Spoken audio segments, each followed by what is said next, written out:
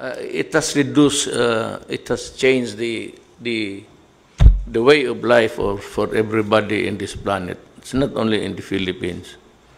Ang masakit lang sa akin is that now that they need desperately the help of the manpower of other countries, and in a jiffy, they are given the necessary traveling documents. Tapos, to our disadvantage, really. Because it's -1, -2, -3, depending on ilan. Ang problema, sabi ko, we'll have to look into this again. It has to be this week, maybe 2 days from now. We'll have to meet again and consult legal, si Secretary Guevara, whether or not it would be legal for us to just stop the migration of health workers simply because they are being taken in a place where there is so much kawawa yung Pilipino eh. So, sabi ko,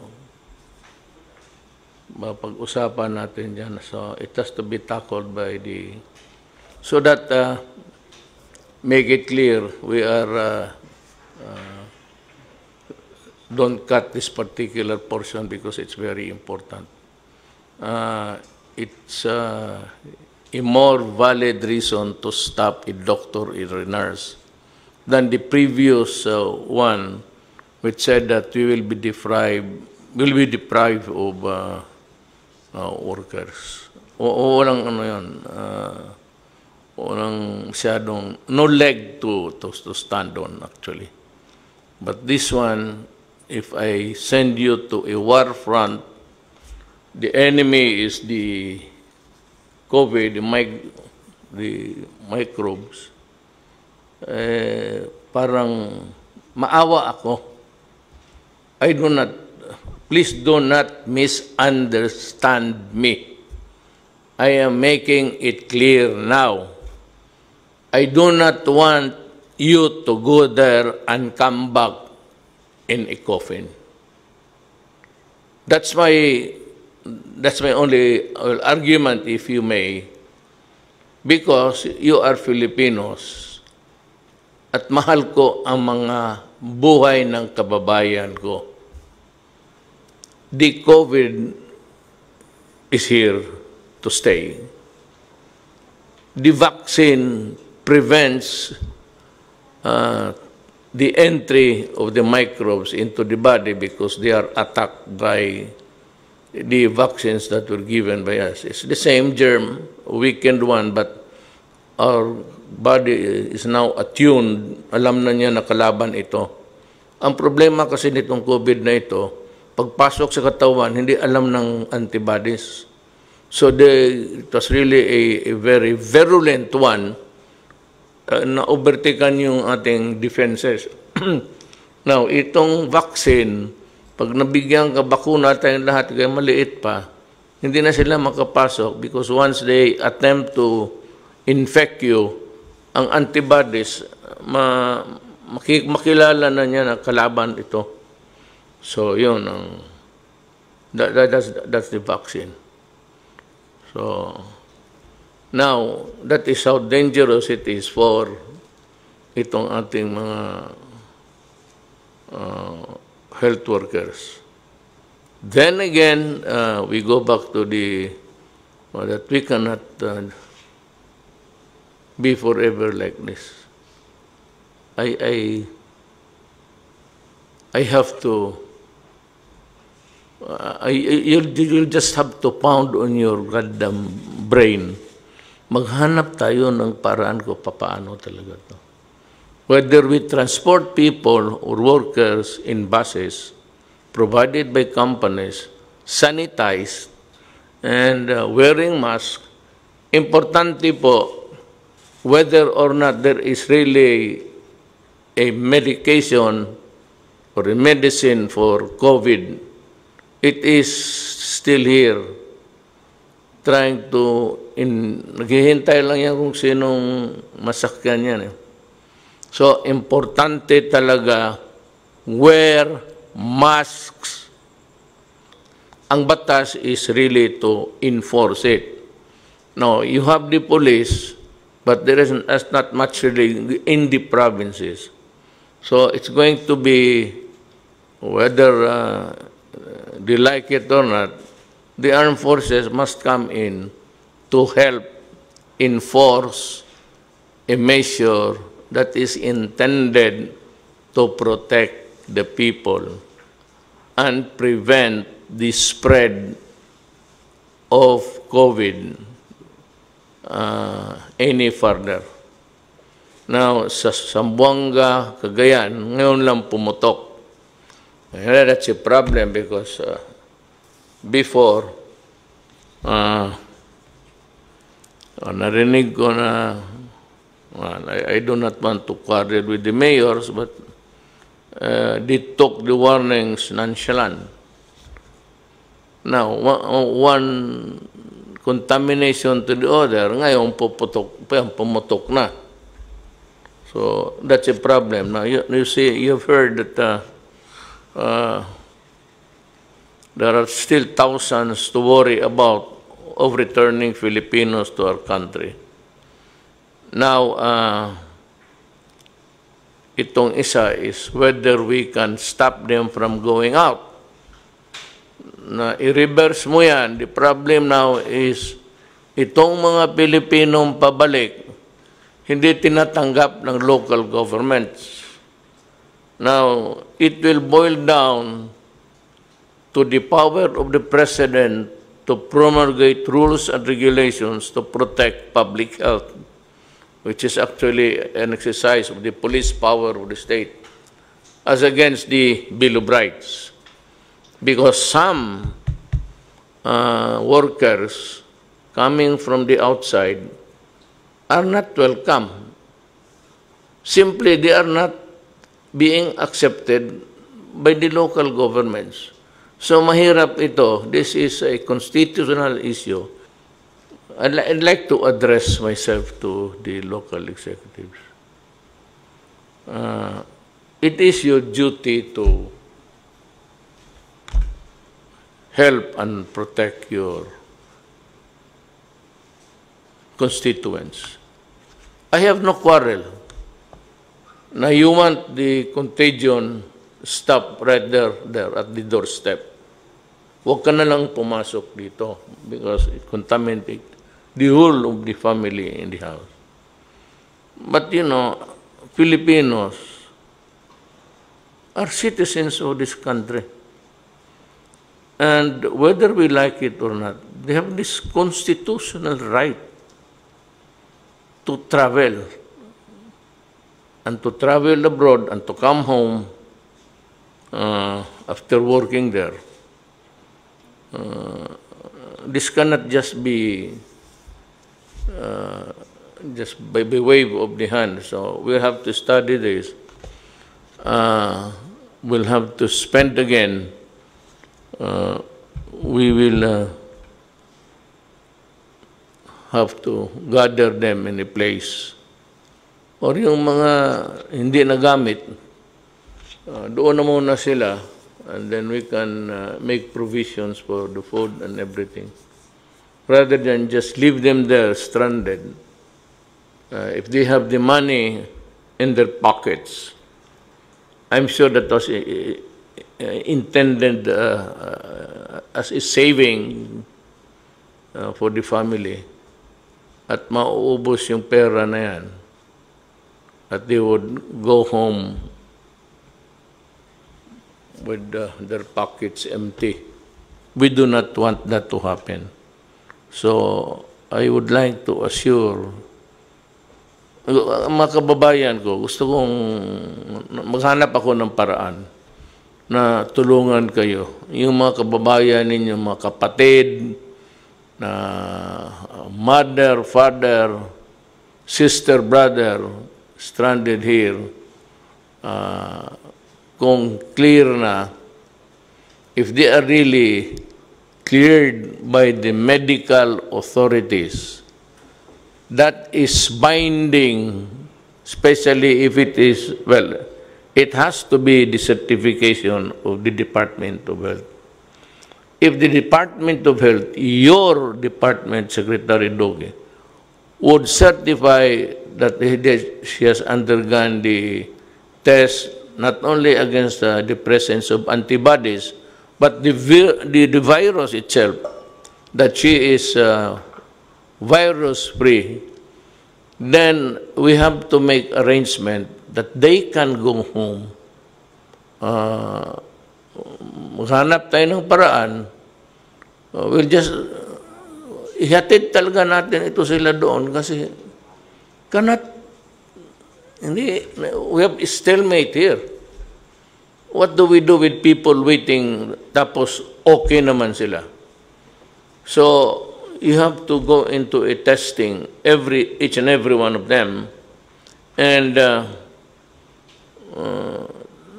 find out if they are fit to return and that she or he is not a threat to the community. But to say that just hindi kayo pwedeng pumasok even coming from abroad, and even if staying there for already more than 14 days without anything happening to them, then the national government, makinig kayong local executives, the national government will insist that you accept the OFW. Magkakaroon ho tayo ng problema if you resist, because then as a worker of government, it falls upon my shoulders to see to it that everything is done fair and I'll listen to Vince, okay. Mayor, just on that note po, just for your information po, nung pong nag-lockdown po tayo nung March, meron pong mga 200 na OFWs na na-stranded po sa Clark, most of them from Mindanao, 38 of them from Davao. And we took care of them po, we housed them in a hotel for about a month and a half now. And I'm happy to report po, through the help of the Department of Transportation and the National Task Force, today po, the 38 Davao residents already went home to Davao today. Sir, actually, sir, we have prepared for the OFWs for their return. In fact, they're being fed by OWA. The hotel accommodations is being paid by OWA and also by the manning companies. So they are well taken care of, sir. Then we will give you a presentation by Mr. Vince Dizon on how we will immediately swab we organize a micro swabbing areas so that all the OFWs will be swabbed immediately so that they can go home. After they were tested negative, maybe after 3 days or 4 days, they can go home already with the certification of the Bureau of Quarantine that they are COVID-free. Yes, I think that there's no valid reason really to delay the return. Yes, sir. If they are found to be free from infection. Yes, sir. To dilly-dally on this, it's to me a cruel thing, and it is not good for. I'm happy that you have an unahan and you were step ahead. Yes, sir. And I said you're prepared. Actually, sir, we prepared with because I'm taking orders from Secretary of DOH and also with the National Task Force and the ISILG. We are coordinating, sir. That's why we make a plan on how we can swab them immediately, so that after 3 days we can swab all these 23,000 po, sir. So maybe we can, sir, we can have. Before that, may I just say that itong mga medical people. You know, you have your own opinion, your own view of what is good and what is not. So, alam mo yan, there are those who agree with you and those who vehemently disagree with you. Gusto ko lang malaman ng lahat na ang Secretary ng Department of Health ay si Secretary Duque. And this government, my department will be guided by what Secretary Duque would tell us to do. I may listen to the conflicting claims, but in the end, it is the Secretary of Health who decides your word is the lawyer, because we are not, and I'm sure that you'll be helping. But before that, as of today, there is 9,485 cases yung positive ito. What is very significant is the recovery rate of the persons who were hospitalized or had this infection. It's 1,315, and that is a good number if you compare it to the deaths, 623. Now, come to think of it, really, mababa ang ano natin. They said that itong koronang putres na to has a hard time surviving in a hot, high temperature. So pagka ganon, maybe that explains the reason why na hindi naman masyado marami. Look, cooperate with us, wear a mask, because if not, kung magsabay-sabay, then we will have an overload. Now, do not tell me later on na hindi tayo nag-prepare, because we have so many hospitals. That's why it's called pandemic. It's local, it's epidemic. Pandemic is worldwide. Tinamaan lahat. So, just cooperate, because wala naman kami hangarin dito para pahirapan kayo. As a matter of fact, we are really trying to figure out how we can ease up the miseries that has been imposed on us. I just wanted to start po, with the permission of Secretary Duque and Secretary Galvez, with a quote from the WHO, no? And I think it's very important for us to understand how important testing is in this battle against COVID-19. And I just want to read the highlighted part. You cannot fight a fire blindfolded. And we cannot stop this pandemic if we don't know who is infected. There is a simple message for all countries, and that message from the WHO is to test, test, test. Sabi nga po ni General Galvez, kumbaga sa gera po, kailangan i-unmask natin yung kalaban, no? Kasi kung hindi natin iti-test, hindi po natin alam kung sino po ang nahawaan na nitong kalaban na ito. Ang kalaban po ay yung disease, hindi po yung taong may sakit. Ang kalaban po ay yung sakit itself. But to unmask that, we have to test. So, it also, I think, is very important, especially from a communications point of view, Mayor, that we need to ramp up testing to save lives. And alam niyo naman po, yung mga kababayan natin, marami sa kanila, higit na nakakarami sa kanila, ganito po silang mamuhay, no? Dikit-dikit sa bahay, wala naman pong ability to self-isolate.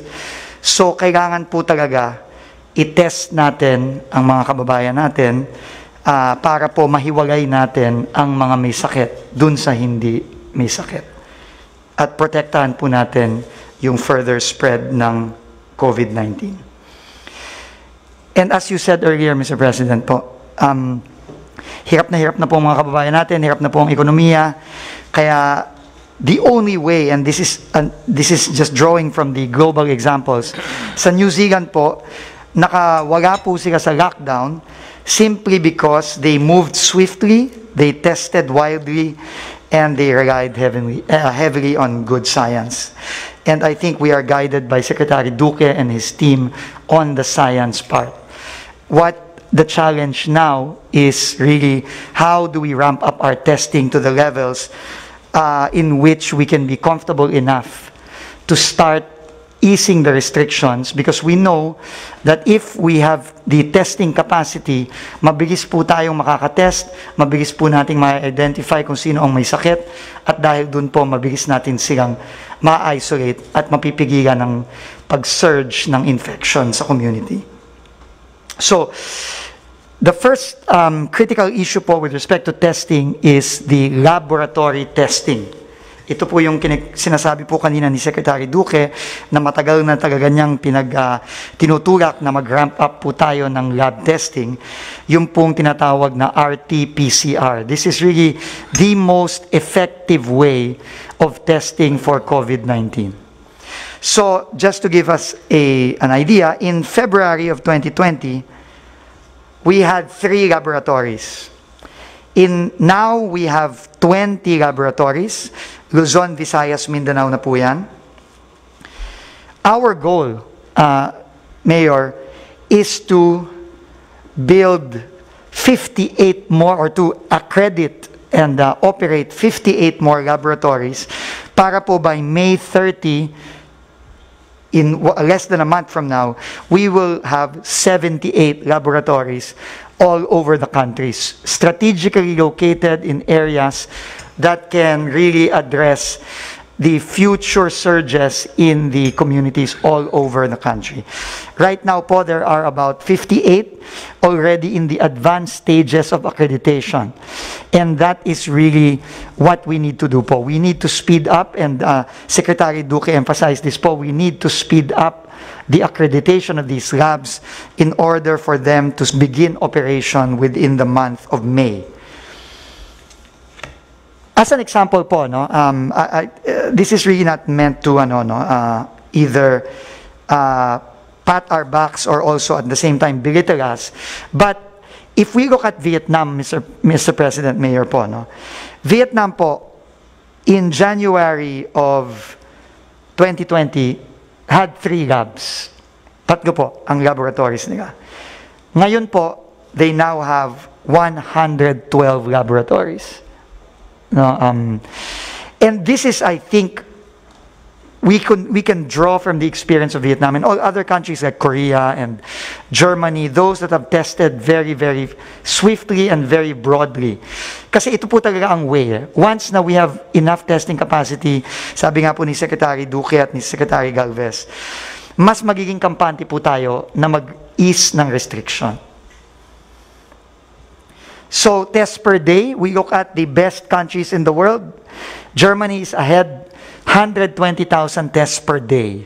No, very, very aggressive po. And talaga pong gumastos sila ng katodo-todo dito. No? This is not cheap. ART-PCR test ranges anywhere between, I think, 2,000 to, for the private labs, I think it goes up to above 5,000. No, it's not cheap. But it is absolutely necessary po. We need to really invest in the testing capacity. Also because we know that a vaccine is not forthcoming soon. After detecting, testing, and tracing, we need po to isolate. Kaya po nung kaka-appoint lang po ni Secretary Galvez, as Chief Implementer, tinawagan po niya si Secretary Villar and myself para po bilisan ang pagtatayo ng mga mega quarantine facilities.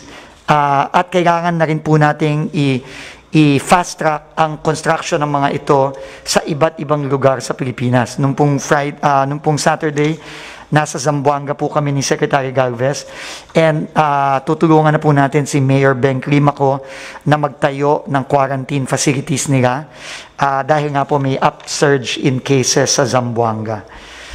So we have to isolate them. Then we have to treat them. No? Yung isolation po and treatment, they go hand in hand because we want to make sure that our hospitals do not get too congested. Under the efforts po of the DOH and the IATF, nagtayo po tayo ng mga mega swabbing centers. Dahil po hindi lang lab, Mayor, ang ating challenge, no? Kasi po, kahit na po tayo may lab, kung wala naman pong specimen na itetest yung lab, hindi po natin matetest ang ating mga kababayan.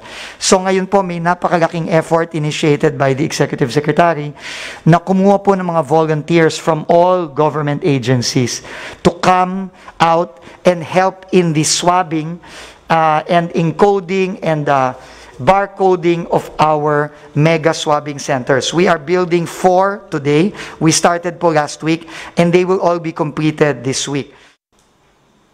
Secretary Galvez. Yes, sir. For now, sir, we will prioritize the 25,000 OFWs.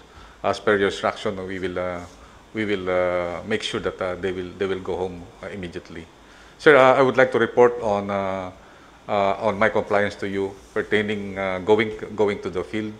So when we heard that Zamboanga is already there is a spike of cases, we talk with the mayor, and as immediate actions that you have give the instruction, we visited the 3 laboratories there in Zamboanga, and we brought 1,100 kits po, sir. Yun po ang instruction sa akin na pag kami kailangan po ibigay po kaagad. So kahapon po, nagpadala ulit tayo ng another C295, yung more or less na 46 boxes ng RITM para ma-operationalize yung Department of Agriculture Laboratory, na doon po nilagay yung laboratory po ng ating mahal na Secretary Duque. Baka maging operational po na po yun within the month. So 3 laboratory po ang itatayo po natin sa Zamboanga City to also cater yung Zamboanga Peninsula, Basilan, Sulu, and Tawi-Tawi. Sinabi ko po kay Mayor na kailangan po pangalagaan niya rin po yung Bangsamoro dahil kasi yung kanya pong location, isa po ang melting pot ng BARM sa Region 9. And he accepted our and he want to convey her thanks to you, sir, for acting immediately during the time that they need, because they text me and they said, please help us. So immediately the Secretary of National Defense ordered me to proceed to Zamboanga City, sir.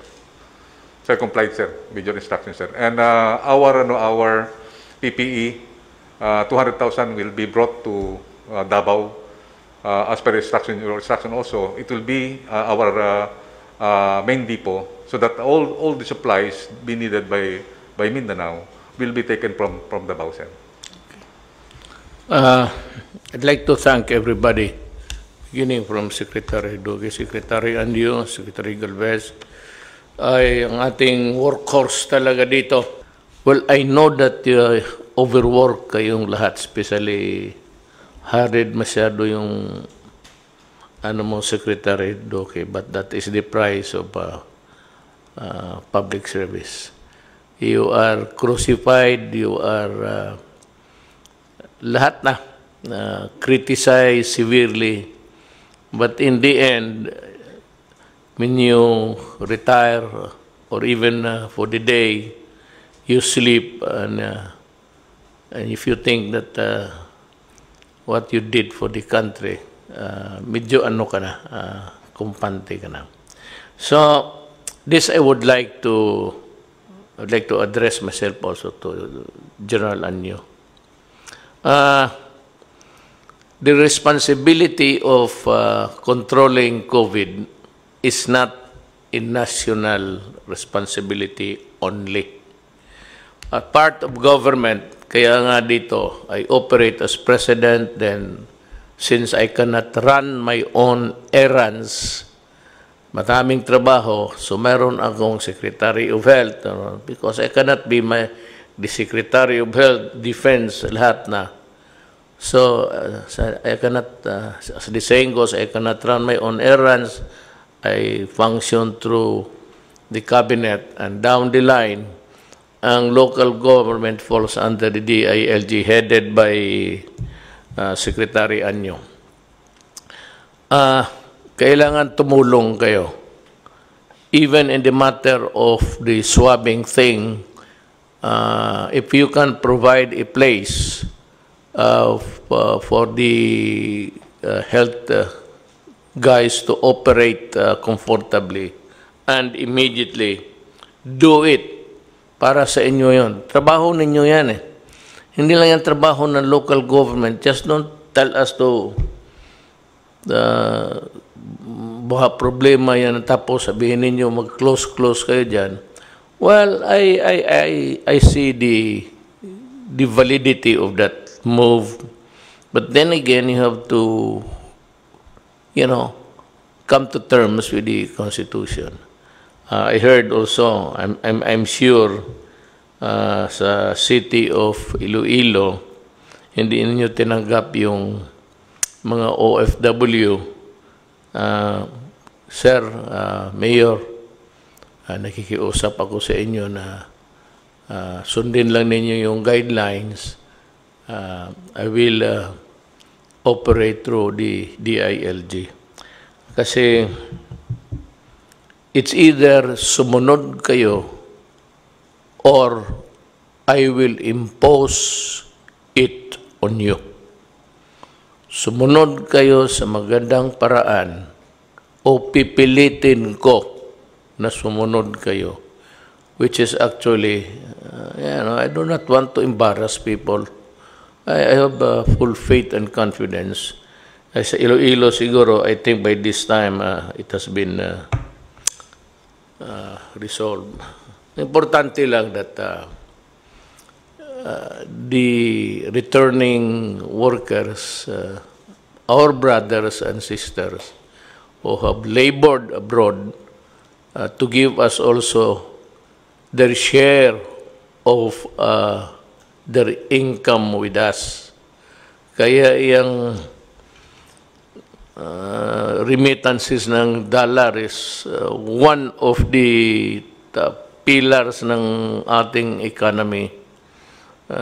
GDP niya is malaki ang binibigay ng OFWs, and we do not want to repay them with this kind of behavior. So Davao, I think, Inday has accepted it according to Bong and the others. The other places do not play heroes.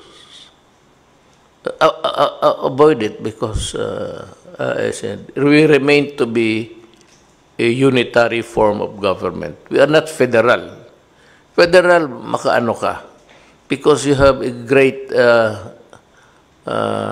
thing about local autonomy in its purest form.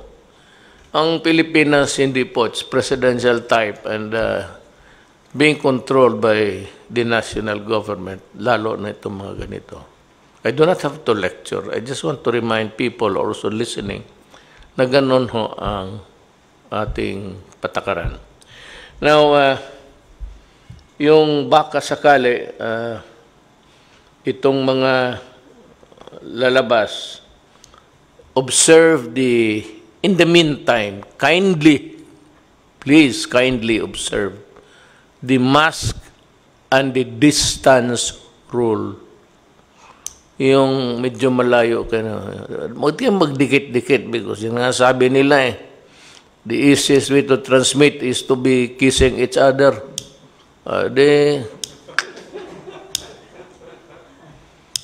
And that's the worst kind of transmission.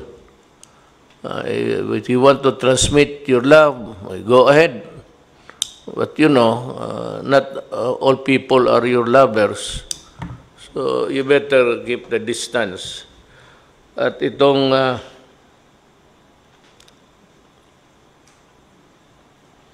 yung mga big business,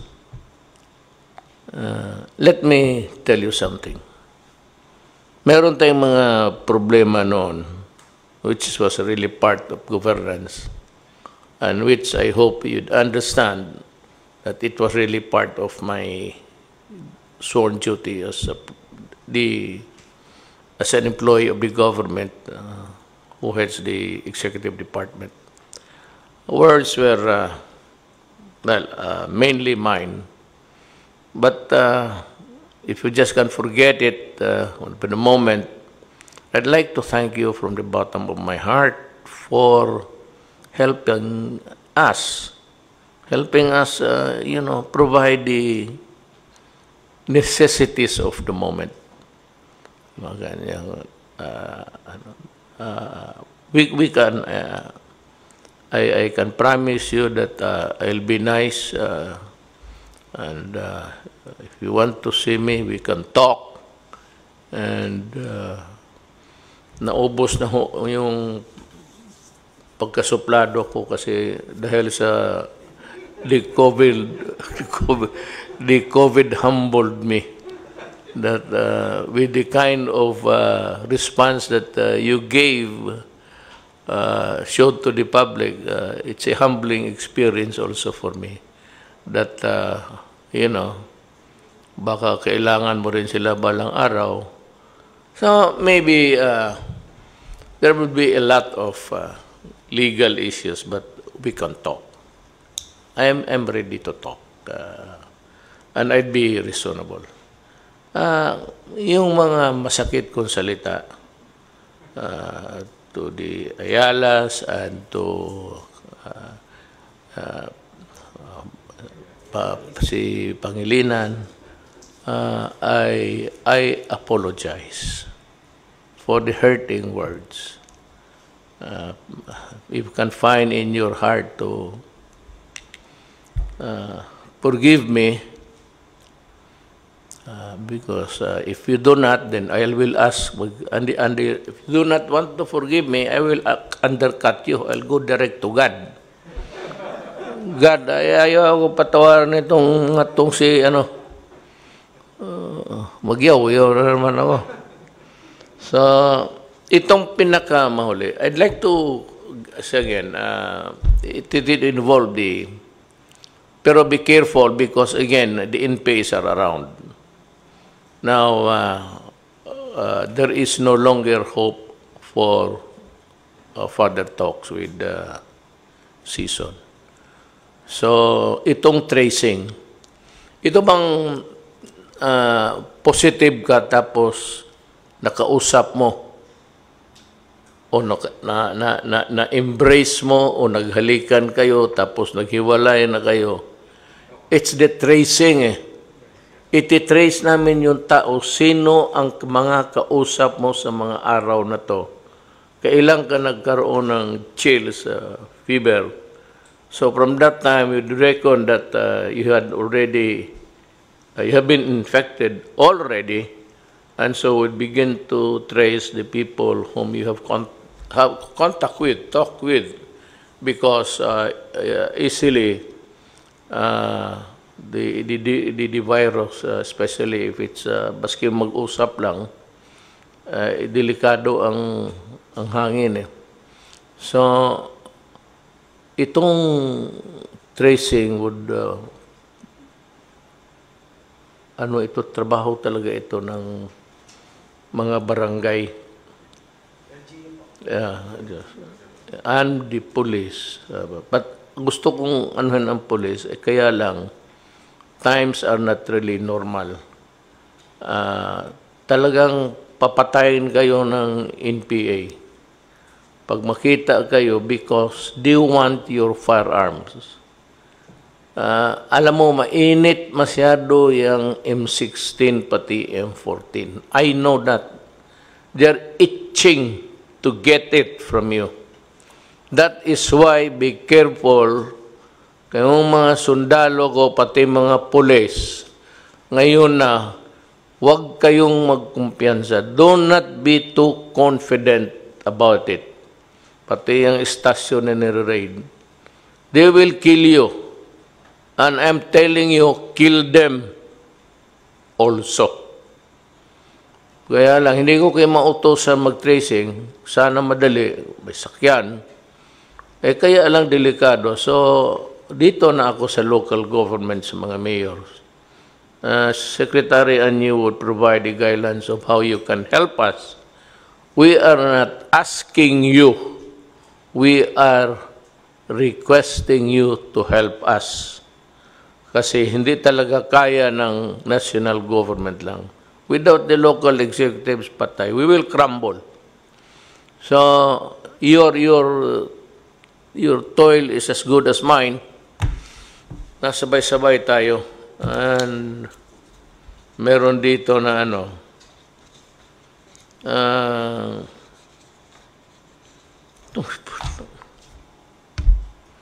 sinabi ko na sa inyo noon, huwag sa panahong ito. Merong mga wala akong ayab, basta local government employees. Lahat naman tayo workers Diretsuhin natin, local government workers. I do not want to mention titles here. Meron, sinabi ko na sa inyo, huwag ninyo, do not, lang kay, good boy ako nga na, hindi ako magmura. Sinabi ko na sa inyo na kung may gawin kayo, huwag sa panahong ito. Alam ko noon pa, sinabi ko na sa kanila na ako nagre-resist na ipadala ko sa, alam nila, kasi pagdating dyan sa local government units, the mayor, si Bing, o Beng ba yan? Si Beng, pati sila Inday, talagang nagtatrabaho. Pero yung mga minsan, down the line, downstream, wala naman kang kasing, walang tao na sa karami, thousands ito, we requested the local government units. Ang mga mayors naman, kindly look into the people that you have commissioned to do the distribution sa pera. Kagaya nitong Barangay Kagawad Danilo Flores ng Agustin Hagonoy, Bulacan. Ang putang ina mo, nakuha ka pa ng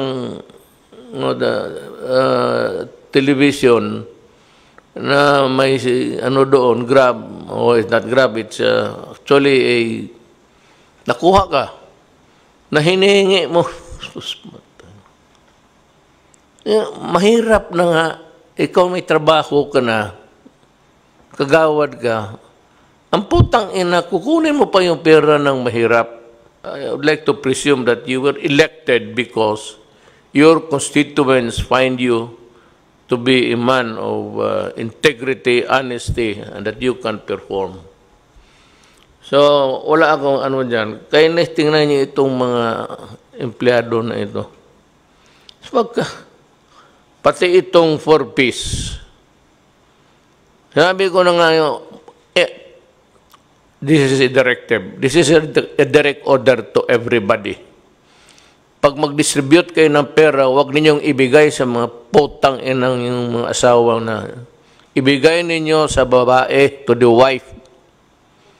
Huwag ninyong ibigay dyan sa mga lalaki, mga wala na nga ginagawa, walang trabaho, walang binibigay sa pamilya, at mayroon pang dadating na pera, sinusugal naman ninyo, iniipot.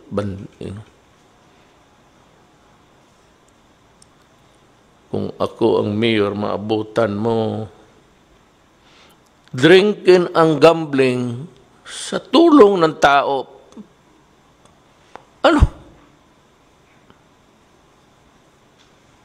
Nasabihin mo hindi na mabigyan, that is also unfair. You know why? Karamihan itong mga gagong to, hindi naman naniniwala sa... They don't really care about the family. So, kung sabihin mo na hindi mo nabigyan, eh, paano yung mga bata pati anak? So, I'm sure Secretary Anyo can provide a mechanism of how to do it. Either we give you the supplies, the amount that you are going to receive. Hindi ko na, we can always give you the equal value of what you should be receiving. Pagkain na lang. Kasi yung ibigay mo, baka itong mga wala ng trabaho, ibigay mo naman sa asawa yung pera, maglasing doon sa labas, tapos pagbalik, inutil na nga ang putang ina niya, bubugin pa ang asawa. Wala namang ibang mabugbog. Bakit hindi ka magbugbog ng... Hanap ka ng pulis dyan, no? Batukan mo ang ulo para makita mo. Itong mga to, marami yan. They are plenty. Kaya mga Pilipino, pag malasing, wala nang binibigay sa pamilya, nang bugbog pa ng pamilya, bata pati. Mga kababayan ko, I hope that I have enlightened you about what we are doing. Lahat ito, wala. Itong lahat discussion ito, COVID, tapos to protect and save the Filipino. That is all there is to it. Maraming salamat po. Inatasan po ako ng ating Pangulo na inanunsyo na sa kagustuhan po ng ating Pangulo na matigil yung pangungurakot pagdating po sa SAP at iba pang ayuda ng gobyerno na ginawa po ni Kagawad Danilo Flores ng Hagonoy, Bulacan. Siya po ay magbibigay ng pabuya ng 30,000 pesos sa lahat po na magre-report ng mga local officials na kumakana o kinukurakot ang mga ayuda para po sa mga mahihirap. Tumawag lang po kayo sa 8888. Siyempre po, kung gusto nyo ng ayuda, mag-iiwan kayo ng pangalan at telephone number. At pag napatunayan po yung inyong reklamo sa korupsyon laban sa mga lokal na opisyales na kinukurakot yung mga ayuda na pinamimigay ng gobyerno, 30,000 pesos po ang pabuya na ibibigay ng ating presidente sa inyo. Alinsunod po ito sa zero tolerance na ating presidente laban sa korupsyon, lalo-lalo na po doon sa mga kumakana at kumukurakot ng ayuda para sa mga mahihirap.